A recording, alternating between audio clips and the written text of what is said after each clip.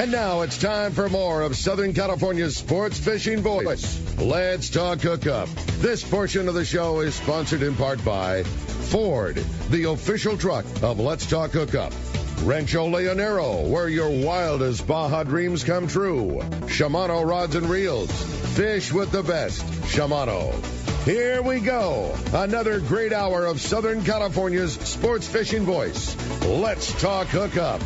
Here's Pete Gray, Rock Cod Rick Mexa, and Corey Sandin.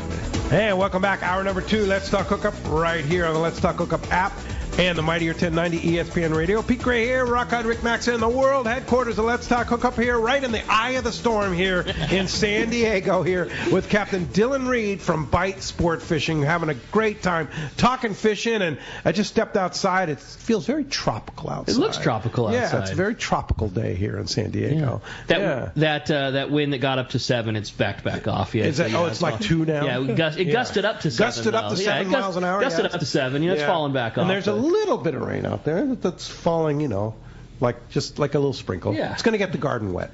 Yeah. But we'll see. We're having a great time here this morning. Captain Dylan from Bight Sportfishing joining us. Having a great time talking fishing. So much killer info this morning. Man, if you want to join, it's been a very busy show. 213-432-1090. That's the number here to Let's Talk Hookup. The text the show option. Lots of really good text, but plenty of time with another full hour taking your text messages. Again, that's only available through the Let's Talk Hookup app. Free download. And if you didn't catch the beginning of the show, we're also giving away a killer prize. One lucky caller or texter at the end of today's show is going to get to go fishing on a full day trip on the Liberty at a Fisherman's Landing. How cool is that? Yeah. So Coronado Islands have been a big go-to spot because there's been some good fishing in the Coronado Islands great lately. Fishing islands. You're required to have an FMM when you go there, and that FMM website is the worst website in history. Thank you for somebody saying what needs to be said. It's awful. It's awful. But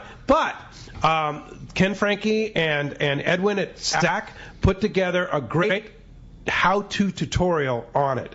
One thing I'll recommend that if you want to do, that actually my friend Steve recommended, is go in and set up an account. Because it takes about an hour just to set up an account using these things. And then once you have an account, it makes it easier to go through the FMM process. Where do you set up an account? Or that'll all be in the tutorial? It's part of the deal. Yeah, okay. It's all in the tutorial. So go to the SAC website, CaliforniaSportFishing.org, and then you'll see the how-to. You just click on the FMM, and then you'll see a how-to tutorial. You can either print it out, like I did. I just printed it out so I can go page by page of how it is, and then follow it. And it takes a long time, but it works. I cannot tell you how many. But it's still the worst website in history. Yeah, I can't tell you how many people who are license buying people want to be appropriate, want to have all the stuff, call the shop every day. Frustrated, hey, I can't do it. What do I do? You know, and how do you answer that? Yeah. How do you answer that for somebody? You can't tell somebody, well, don't go without it. But at the same time, it is so difficult to comply that it makes it tough. I'm really glad to hear that those guys did that. That was a great job. And I'll throw this out too, that Ken and Edwin and the guys there, they work for the sport fishing fleet. They don't work for the private boaters, but they did this basically for the private boat guys. No doubt. So we owe them a big debt of gratitude. Totally, for sure. Hey, that's great to hear. Watch out, Dylan. The boss is on the line. Captain Brandon Hayward. Hey, what's up? Hey, good morning, guys. How's it going? What's up, Brandon? Great. Dylan's doing a great job here, man. It's like people are wanting to talk to him, get all the information on swordfish and sea bass and tuna. I thought Dylan would be a great guest because I've said the same thing 17 times now, Yeah. That's all right. We always like having you. So this is awesome. So he's a big part of Bight Sportfishing here.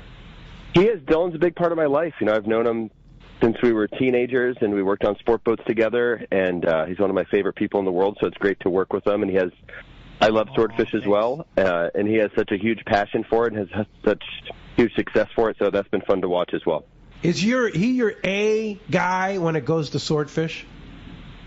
I think everyone's good at catching them. Wes was really hot the first year when he put in the most effort, but I think Dylan's really good, and I think Jake's phenomenal as well, and I think they're all good, but Dylan takes it to a next level in terms of the theory of swordfish and everything that goes into it. Yeah, for sure. You've got quite the team there at Bight. Yeah, no, they're the best. We're like a family, Yeah. And you're running now. Where are you running out of different harbors now? I have no idea what we're doing. Yeah, I was going to say. Where are your boats? We're kind of at the bottom end. We're at Fisherman's Landing. At the top end, we're up at Channel Islands because there was a little flash of tuna up there, and I have the 3 boats. I'm flirting really, really hard with going up to Fort Bragg or Eureka or something like that in September and doing albacore. Cool. The fishing's really good up there. Yeah, the fishing's really good up there, like 30 fish a boat. The weather's good this weekend. And I think we have the client base that we could kind of look at the windows and weather and make it work. And humility aside, there's kind of not much left around here that we haven't done, between the sea bass, the swordfish, the tunas. The toe's been cracked for tunas. Finding them is the hard part. The catching them with the kite and the flyer is incredibly difficult, Right. So I'm kind of pretty cool. About something fun and different, and we haven't had albacore in so long, and the 8 fish that have been caught in Southern California this summer, it's kind of like, really created a buzz and a stir, and people are into that fish. So I'm really thinking about bringing one of the boats up there, and if I do, I'll let you guys know. Yeah, that'd be interesting. That would be fun. Are you still fishing sea bass in the Channel Islands? No, there was a little flash up there. Those tunas got like 5 miles off the beach, and I ran a couple trips up there, and we were catching them like outside where you catch sea bass at Santa Rosa and Santa Cruz, which was really, really cool. And Tanner's not too far from there, nor is the west end of Catalina. So there's a different set of angler from Bakersfield and Ventura that don't want to drive down south, just like how San Diego guys never want to drive to LAX, It's the drive.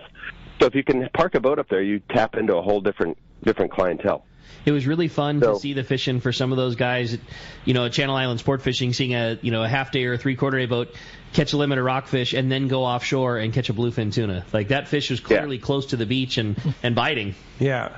Totally. Yeah. No, and they eat flying fish up there just as good, and it's been really fun. So that's our deal. We kind of mix it up. Bookings were a little bit slower this year compared to the last 8 years. I feel like people are just used to 100-pound bluefin, and it's not this gold rush mentality. So we're always kind of finding ways to keep all 3 boats moving.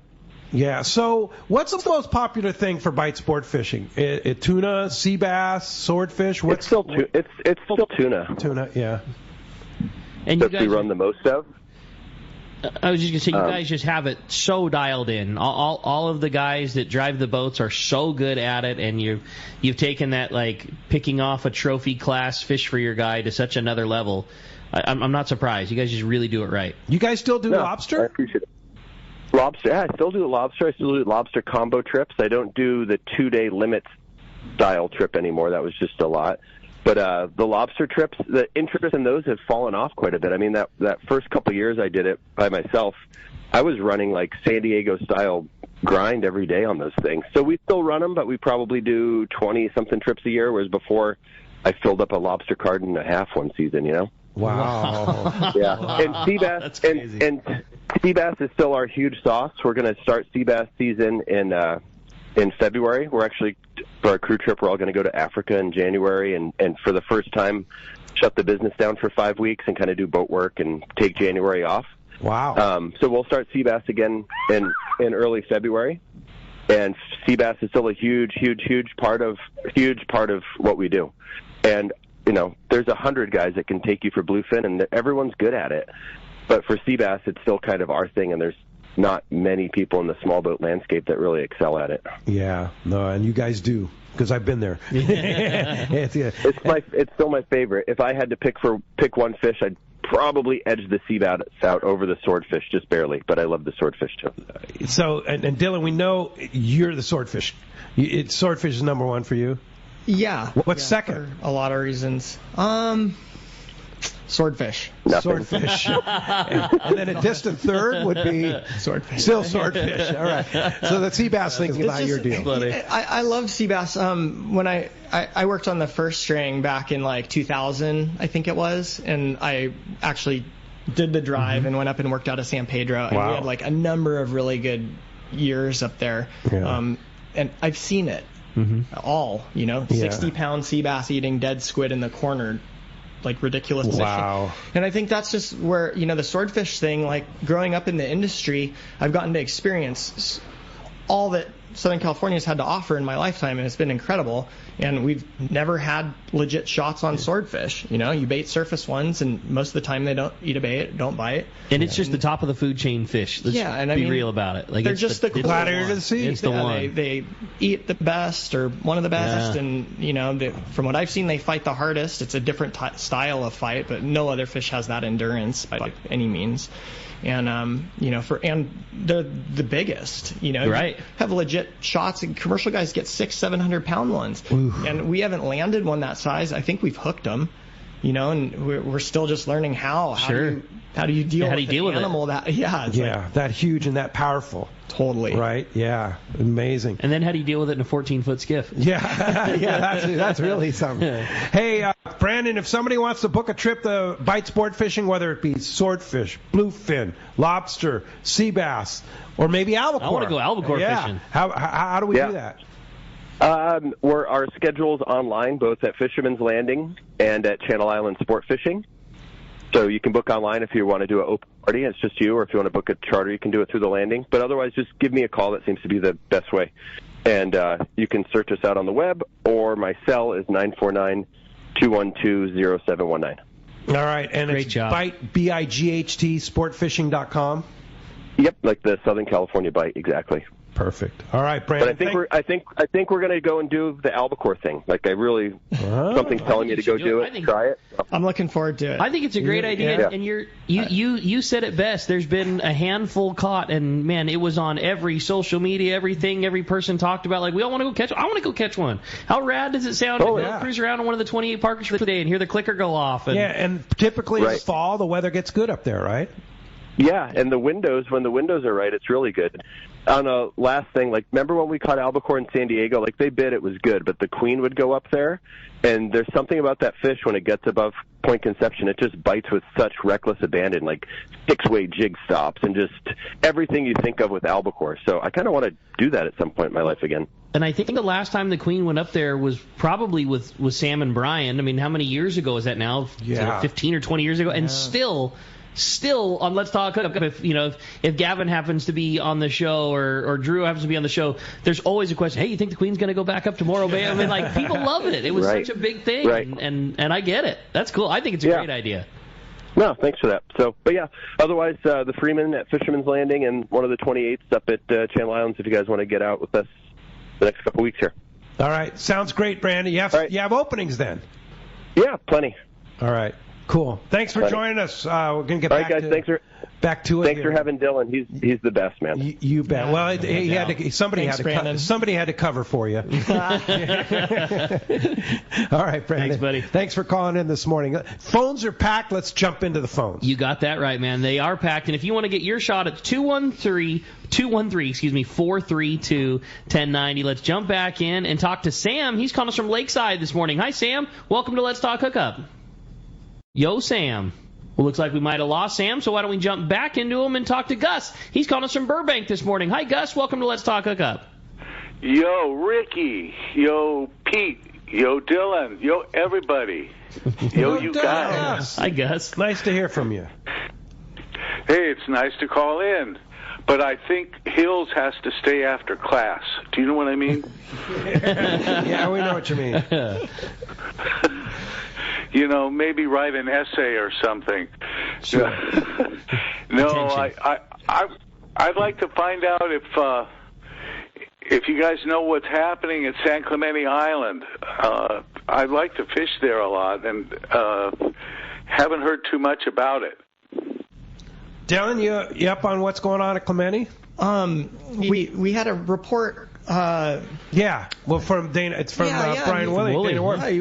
Their guys are going out there and catching yellows. Some good yellowtail fishing at the island. We've been near the island quite a bit in the last few weeks fishing bluefin. You can see the island over there, but I personally haven't been uptight on the island, and I'm not sure if any of our other boats have recently. Anyway, we've had a few trips where they've stopped in after tuna or something and fished yellowtail. It's such a cool place to go because it's just far enough away that it's got that remote, you're far away from the beach factor, but, when you're up tight on the island, it's calico bass fishing, it's yellowtail fishing, it's everything that you do right outside the harbor. Great rockfish fishing just off the island. Yeah. It's a mission. It's a long ways away, and the Navy stuff, and it's just a really cool place to get to fish. Place. I love it. I really like that island. There's a lot of options there. There's obviously could be some really good yellowtail fishing and all the stuff that you just mentioned with the rockfish, calico bass, everything, and then, nowadays you get a couple miles off the island. Right. And, there's bluefin tuna schools and the swordfish as well. Notoriously, the east side is, for the commercial guys. Oh, really? Back in the harpoon days, they used to. They're in there too. Yeah. On those high spots. Well, they get the good weather on that east side of the island, so it's really good visual for flaggers and stuff. So they can. What about deep dropping out there? We'd like to do it. Yeah, it happens, huh? Book a trip. Yeah, book a trip. Yeah, okay. I'd love to go do it. I guess that was kind of the little inside scoop. It's hard to.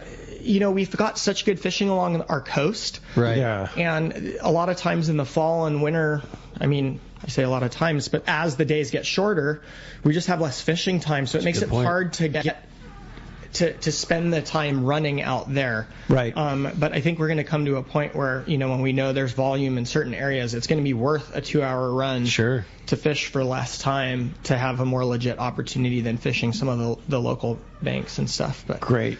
Good deal. Hey, Gus, nice to hear from you. Thanks for the call. All right. Hey, with that said, it's time to find out what's going on the water. It's time for our FishDope.com report with your saltwater guide, Captain Dave Hansen. That catch report sponsored by the Fish Pros at Fisherman's Processing in San Diego. The best processing for your fish when your trip returns. Plus, with Fish Pros, the market, you can purchase their famous spices, rubs, and their poke kit. Stop by their location in Old Town on Taylor Street or order online at Fisherman'sProcessing.com. Be sure to make those reservations by texting them at 619-255-3128. Good morning, Dave. Good morning. Thank you for having me on the show, gang. Just so everyone knows, nothing happened down here. We got about 150 phone calls yesterday wishing us luck and praying for us. Nothing happened. It barely even rained here. So really, Cabo didn't get anything. We got nothing out of this big storm. Giant waves and everything? Not that much? There was a little bit. I made that video. Yes, I had to go down to the harbor and wait for one wave to come and hit the rock so that it sprayed the water up in the air, so I had something to put on my content. Yeah, I'm sorry. It wasn't what they said it was. I had so many people call me yesterday just going, Dave, are you okay? Is everything all right? It missed us. It was 150 miles out to sea, and so we barely got any wind, barely got any rain. But it looks like if you're in the Sea of Cortez right now, you may be getting a little bit of rain, and it looks like Cedros got pretty hammered this morning, it looks like, looking at that track. But I don't know what's going to happen. It doesn't look like it's coming to you guys, but you know what? Who knows, Pete? It could switch at any given second. Yeah, sure. But very true. The really cool thing is if anybody remembers last year, we had like a little, I don't even know what they called it, but they had a little thing that just drug a bunch of our water from here up to you guys, and then right after that, it was the most phenomenal Dorado fishing that anybody's ever seen in Southern California. Nobody remembers that there was a little storm that brought that fish to you guys. Well, this one's a big one, so it should have it might have drawn all of our yellowfin and Dorado right up to you guys, so you may be, Bight Sportfishing may be fishing yellowfin here in a couple of days. You never know. The water's been 91 down here for the last month and a half, so I know it drug all that water up towards you guys.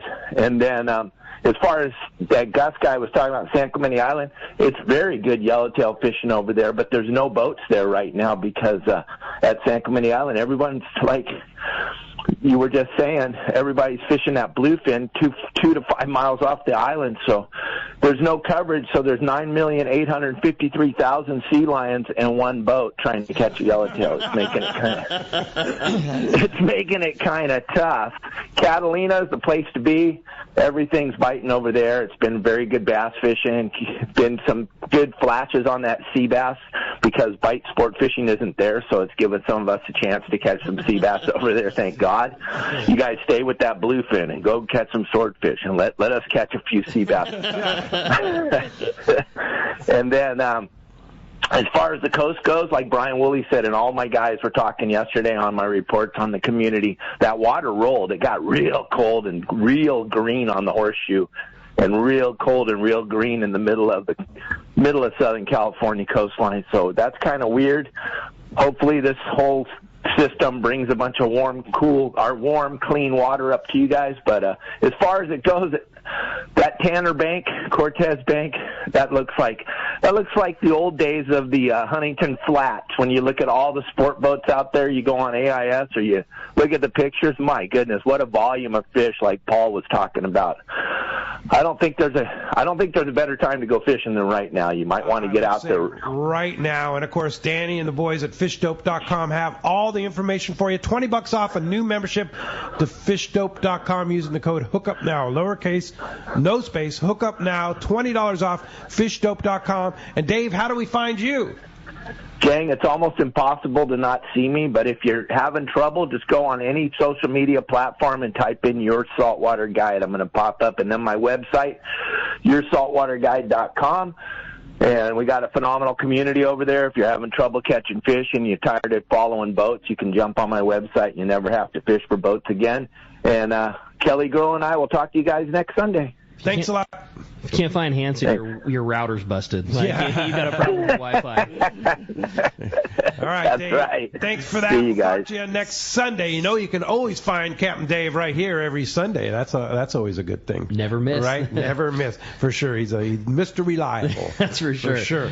Hey, I had a really fun text come through. I was wanting to talk to Dylan about. It says, great show, guys. Dylan, can you tell us more about your 14-foot skiff? What's a motor and electronics like? Did you do anything special as far as equipment to land a big swordfish? Can't wait to hear about it. That's from Dan in Huntington Beach. And he says, thanks. He's a long-time listener.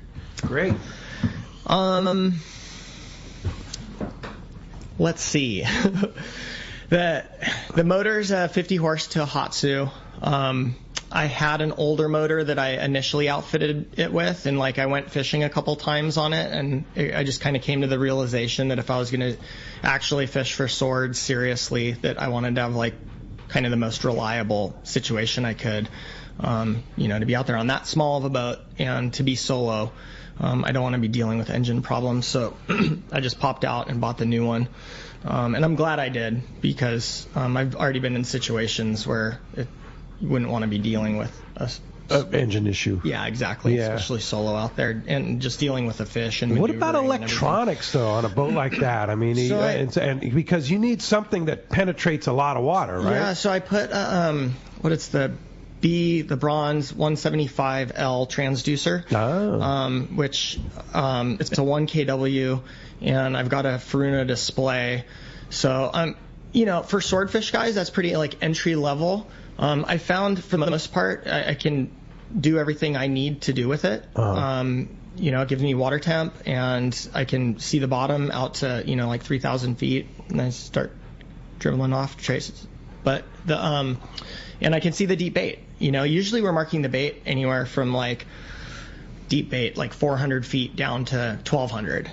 So that low frequency transducer penetrates the water better and gives you those bait readings than a high frequency would. So that's why I went with just the dedicated low. Sure. So that's pretty simple. That's what the electronic package is on the boat, and what kind of skiff is it? It's a Mexicat. They're made down in Ensenada by my boy Frondo. He's a local San Diego guy. He's just Mexicat. Yeah. So he's got his own. So it's a catamaran.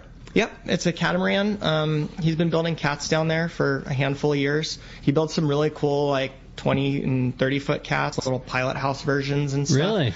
I kind of reached out to him. I had known him for a little while, just through various friends and stuff, and kind of reached out to him and was like, hey, I just want a small cat for solo fishing in the fall when the weather's nice for swords. And he has actually done some commercial sword fishing. I think he worked on a gill netter or something back in the day. So he's like, wait, what are you trying to do? It's this guy's nuts, But he was like, hey, I have this Kevlar one that I built for myself, and it was right before Christmas holidays, and he's like, I'll sell you this one. It was one of his personal boats. So it just kind of worked out organically. Nice. And I bought the boat off him kind of unfit, and then I made the rod holders for it and reinforced them all with like G10 plate, which is like really strong fiberglass structure. Okay. Because when you're fishing the 10-pound sinkers on a rod holder all day, it's a lot of load on the boat. Sure, yeah. So if your rod holders are rinky-dink, like they're going to break or crack the boat.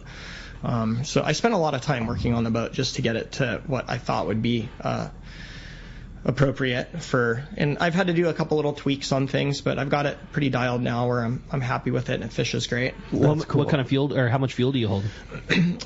I have a 12-gallon tank. Sometimes I'll carry a little bit more, but to go fish like our local 9 Mile Bank spots, I can usually do it on 6 or 7 gallons. Oh yeah, that's so rad. That's pretty nice. Hey, another great text here from Mr. Wong in Dana Point says, do you ever use mackerel on the kite for bluefin? I remember trying that like that first year that the bluefin showed up here. And, we were fishing poppers and surface irons and stuff for like the 100-pounders. And, there'd be some days where you'd see it so well and you're just dragging your lures through it and you couldn't get a bite. And we're like, well, long-range kite mackerel situation. And I just remember putting a mackerel in the middle of a foamer and it's just getting bounced around by the fish and they just wouldn't eat it for whatever reason. And, ever since the flying fish was developed, found out that they'll mechanically bite it as they do, there's no reason to fish a mackerel. It's like, why stick with the dead flyer? Yeah, 100%. Or the California flyer. I mean, you could put the California flyer wings on your mackerel. Probably get a bite. Do you ever slow troll the California flyer? Absolutely. Yeah. Sometimes even the dead baits. Yeah. Just to get a little bit more wind in the kite sometimes. Gotcha. If the wind's really light and you use a little bit of boat speed to build up, sailors call apparent wind, you can kind of get the California flyer looking really good, going maybe 3-4 knots. Okay. It's just kind of working itself out there. Yeah. And then the same with the dead bait. Yeah, that's more in flat, calm weather. You can do it in the wind too. Sometimes in the wind, like depending on the angle your kite is from your boat and stuff, the baits can get kind of sideways because the wind's like blowing your bait up. So you just got to keep an eye on that. You want the bait to be like really horizontal and fishing correctly. Look at it with your if you have the gyros, glass your bait and make sure it looks presentable. If your bait's on its side or upside down or something, it's generally not going to get a bite unless it's really, really good fishing. And what kind of kite do you use? That depends on the condition. If it's real windy, sometimes we'll use the little black Boston kites just because they're rapid fire. You could get it up really quick and bait a spot. But generally we use the helium balloon on a square kite. The Lewis kites are great. Yeah. The California Flyer kite, the light wind one, is really big. So that's a nice... grabs a lot of wind. Yeah. When there's not a lot of wind to grab. Great tool. But you always use, when you're flying those square kites, you always use a balloon with it? You don't have to, but it's the biggest crutch in the world because it keeps your kite in the air. And the biggest advantage it gives you, or me, I should say, is you can actually work downwind if you see a spot without crashing your gear, without crashing your kite. And you still, depending on the wind strength, and, it gets pretty technical, but depending on all of the elements and what's going on, a lot of times you can run downwind with your kite up, which if you don't have the balloon on it, or it's a Boston, like you're probably going to crash hit the water. Yeah. And then that's a big mess and might lose your kite. Yeah. It happens. Cost you fishing time, the whole deal. You can make so many more mistakes if you have a helium balloon attached to your kite and not pay the price for it. Right. Or if you're flying it without it, like any mistake you make. Now you go 10 degrees the wrong direction and the whole thing's in the water. Yeah. And a lot of them won't fly if they're wet, especially if it's a or if you lose it, day. It's $100 kite, right? It's 100, it's rare to find one that's less than 200. I stand corrected. Yeah, inflation. They're just expensive. Like all the good kites are 150, 170, 180, 200, 250. It's an expensive deal. But helium's not cheap either. That's the other thing. Like helium has gotten crazy. Yeah, I mean you fill up a helium balloon with a $50 bill, right? Yeah. Just to fill up a balloon. Pretty much. Yeah. When we started doing it, it cost $50 to refill our helium tank. When we first started fishing the kite with our thing, now the exact same tank is $500 to fill.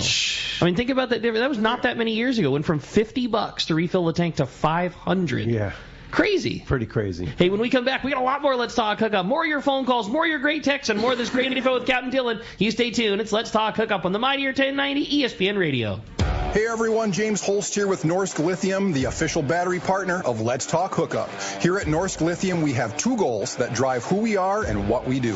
The first is to make the highest quality, longest lasting lithium batteries available with a complete lineup of batteries that include 12, 24, 36 volt and starting batteries. Second, in addition to offering a 10-year warranty on all Norsk Lithium marine batteries, we provide amazing customer service both before and after the sale. It doesn't matter if you're looking to upgrade your current batteries tomorrow or a year from tomorrow. We're here to answer your rigging questions to get everything set up right the first time. Find us online at norsklithium.com. That's Norsk lithium.com, or call us at 831-232-9063. Or to see Norsk Lithium batteries in person, stop by the Trolling Motor Doctor in Lakewood and have Nick Wayne walk you through why Norsk Lithium batteries should be in your boat.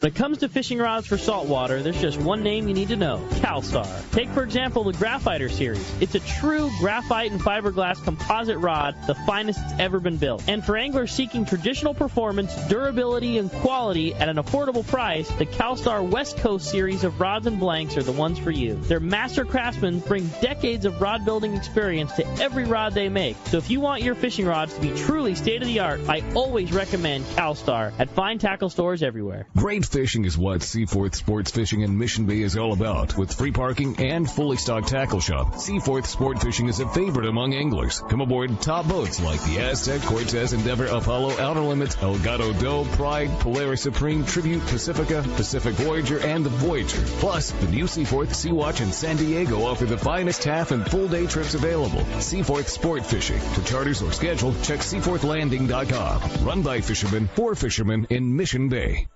This is Captain Art Taylor from Searcher Sport Fishing. Your hook is one of the most important links to catching fish. And at Searcher Sport Fishing, we use and recommend Gamakatsu hooks. The Gamakatsu Nautilus hook is best for tuna. And now with a variety of sizes all the way down to size 4, Gamakatsu hooks are the ones to use. It's important to be prepared with the right tackle when you come aboard Searcher, so that should include Gamakatsu hooks.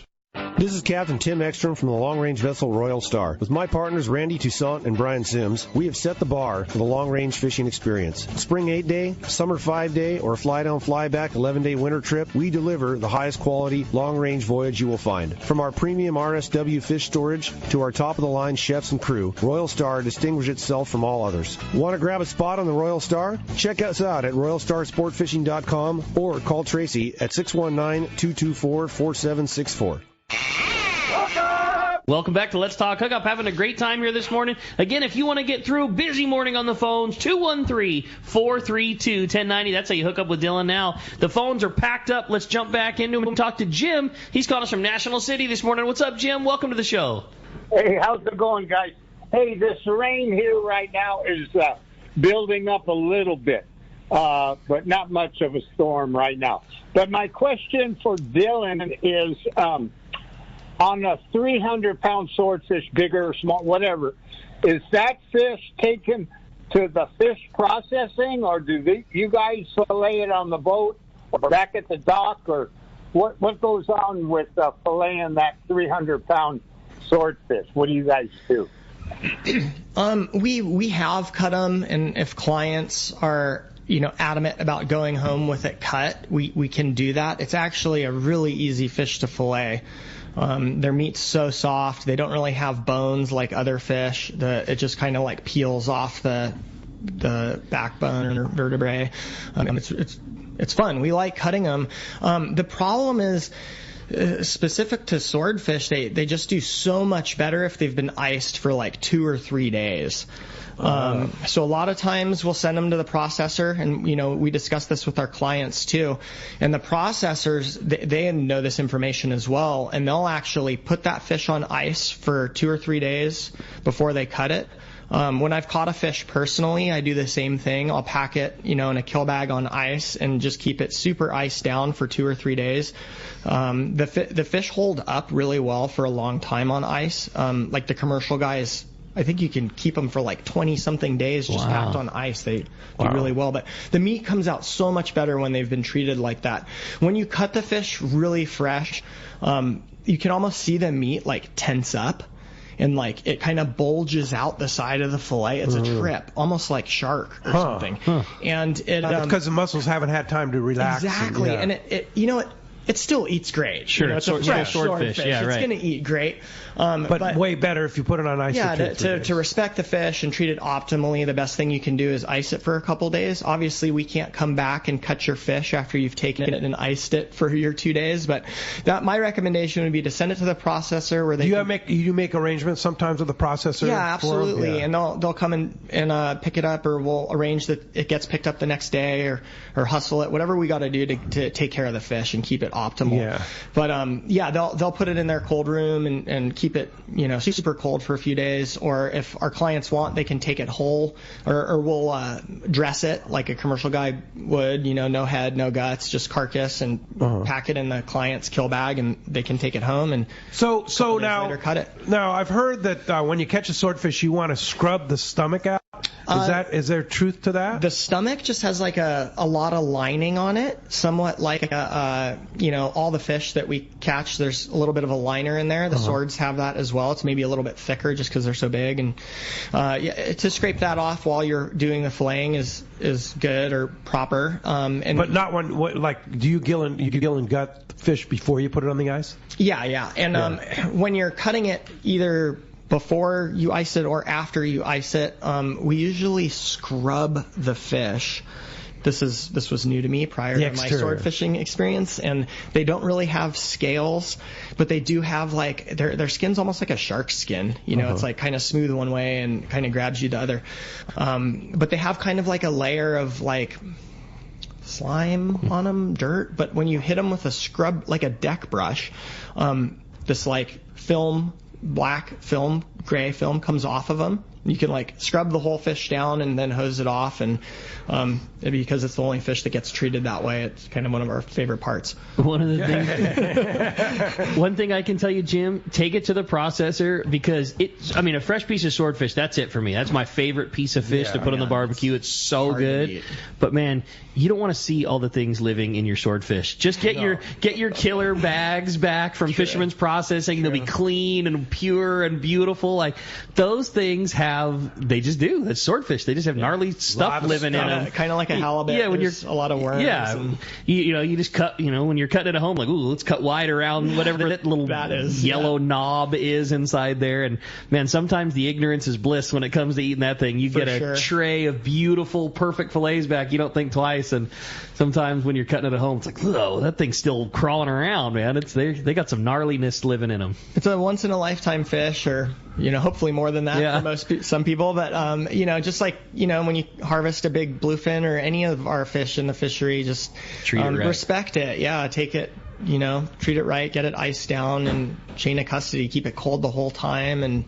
Yeah. Respect it. That's awesome. Here's a good question from Kevin in San Clemente. He says, Dylan, I plan on going out with you for swordfish, and I plan on keeping the bill. Oh, he's confident. That's right. Huh? He's very like confident. Question, what is the process for drying out and preserving the bill? Good question. Yeah. That is a good question, and it's something I've been researching on my own quite a bit. We have a couple different procedures we've used, and our favorite one so far is we just hang it off our dock and let the sea creatures do their bidding. Like in the water. Yeah. And I was like kind of afraid that like a seal would come and take it, because it's kind of oily and fishy, but they don't mess with them. They just leave them alone.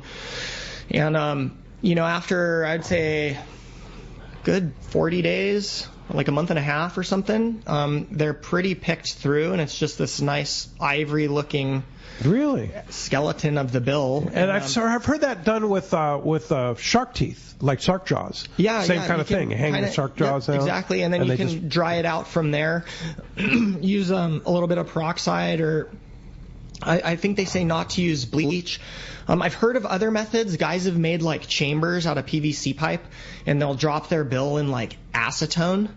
Really? Yeah, and the acetone like just eats all the oil and everything off of it, and they like make this Bill cartridge chamber thing. Visualize. I haven't tried that one yet, but I usually do the salt. You could probably bury it in the backyard and let the worms do their thing. But yeah, usually time a bait receiver is a great way. We've thrown them in bait receivers, and you come back a month or two later, and the thing's just totally good to go, and try it out from there. I know Connor from the Shogun, who at one time was doing all those cool scrimshaw. That was always his thing. He said, he would just keep it in the bow bait tank or keep it in a bait receiver. He said the same thing. Just let the ocean do its thing for a long period of time. And his artwork's amazing too. So cool. Connect with him and get him to do some of mine. The coolest. He's been working too hard though on the Shogun. Yeah, and he's got a brand new one. I think it's going to be a long line for getting some scrimshaw work. For sure. You have a good one there? I thought so. Yeah. This is a great text question that came through. It says, Dylan, are there other types of fish that you catch incidentally while fishing for swordfish? Opas, deep water fish, anything like that? What's the bycatch like? That's all from Tom in Temecula. Awesome. I've yet to catch anything other than a swordfish, except I had a Humboldt squid get snagged on my baited squid. There's in our local canyons, guys hook big eye thresher shark. It's a deep water thresher shark species. I've yet to hook one, but especially along the coastal canyons, that's popular bycatch. Offshore, it is possible to catch an Opa. I believe they're usually higher in the water column. I know there's been some incidental catches of those. I think it's usually when guys kind of scope their baits up above the swordfish. Maybe accidentally, or they're kind of towing their baits away from the shallow or something, and it scopes up, kind of out of swordfish zone into Opa zone, which I believe Opa are more like 200 to 500 feet in that zone, so they're like a little bit higher in the water column. Sharks? As long as you're dropping your bait and retrieving it quickly, there's no shark bycatch. No shark bycatch. I've heard, like commercial guys have told me that, when they're setting their buoy gear, like mako shark will follow their squid down and eat it on the way down. And I know guys are like fiddling with their lights and stuff, and a blue shark will come up and attack their squid, which if you spent 30 minutes rigging it, you're pretty bummed. You're really bummed. Yeah. I remember the very beginning of this, like years before even the 2019 when it kind of started to get dialed in. I don't remember who, and it might have been Stoats or it might have been somebody else, but I remember somebody putting deep drop gear down and fighting a fish for a considerable amount of time, pulling drag back and forth, all these things, and they had a sea lion eat a bait hooked in the mouth at like 700 feet deep, or something where you've never had that. Something where none of it made sense. Something where none of it made sense whatsoever. So the very beginning, we're finally on, everything's good, pulling a big one, and The reason that they are pushing for the deep set buoy gear commercial industry is because there's no bycatch. Right. Yeah. And in the studies that they've done, it's very rare for those guys to have to fish 3 miles offshore. Right. And it's very rare for them to get any other bycatch. Yeah. And you compare that with gill netting or long lining. Obviously, there's a ton. So, that's we've really such yet a clean to see fishery. it. Yeah, that's cool. It's crazy, and it's like when you get a bite, you've been waiting a day or two doing drifts. Great point. Yeah. You pretty much Probably know swordfish. it's a swordfish. Yeah. There's no question, huh?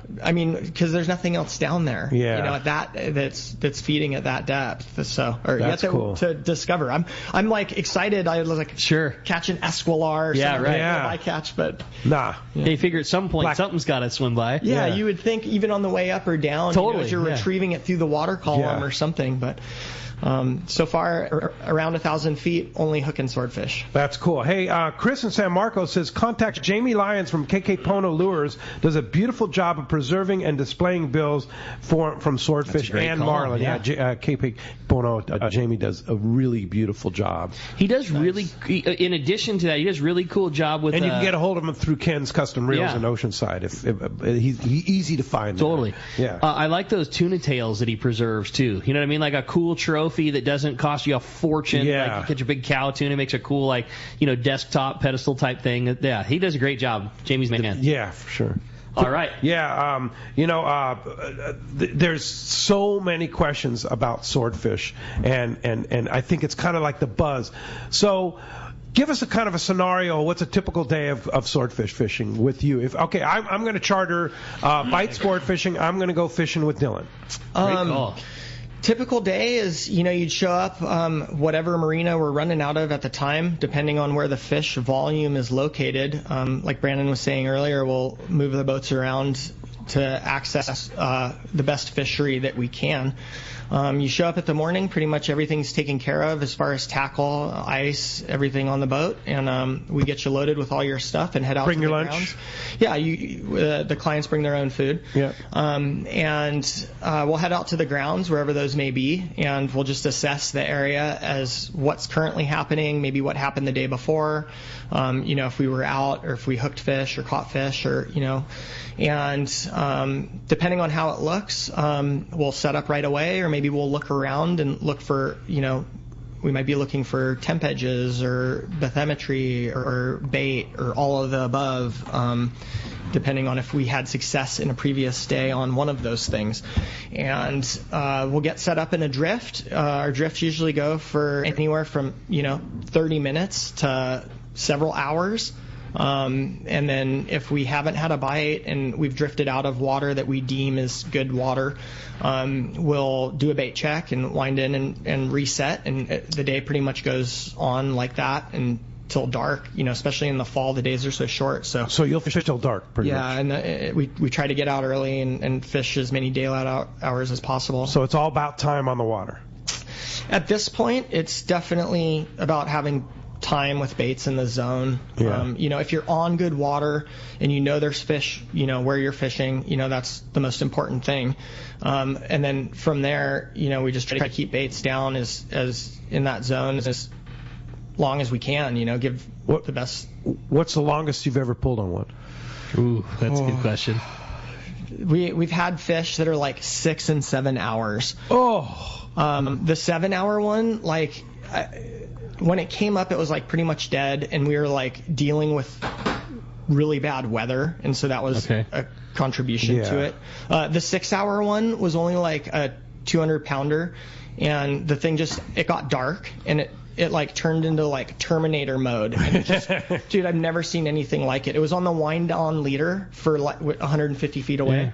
For 4 hours. 4 hours? Yeah, just pissed. Right there. Wood just wouldn't budge. You see it in the thermocline. And the king. It was so gnarly. I have so much respect for that fish. Glad to cool. See. Hey, when we come back, I can't believe 2 hours went by so fast. A great time, so much killer info, and we got more. We're going to find out who's going fishing on this the Liberty out of Fisherman's Landing. More Let's Talk Hookup coming your way in the Mightier 1090 ESPN Radio. The name that stands out among anglers is Fisherman's Landing, your top choice in local and long-range fishing. Hi, this is Doug Kern. Our hard-working crew will make sure your fishing experience is one to remember. We offer the finest open party trips from 1 to 3 days, the best charter boats available, and of course, our world-renowned long-range fleet is second to none.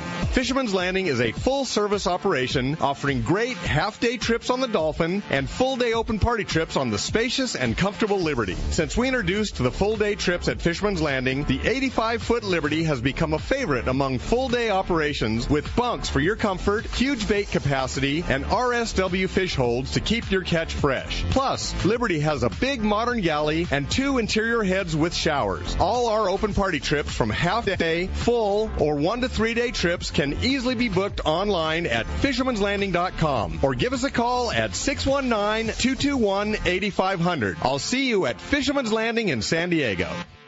This is Art Taylor of Searcher Sport Fishing. Join Captain Mike Totter, Chef Josh Evans as a new era begins for Searcher Sport Fishing. Mike and Josh will continue the legacy of excellent customer service, fantastic food, and an amazing crew. Book your fishing adventure now online at searchersportfishing.com or call Celia at 619-226-2403. Searchersportfishing.com, 619-226-2403. Fillet knives shouldn't be disposable.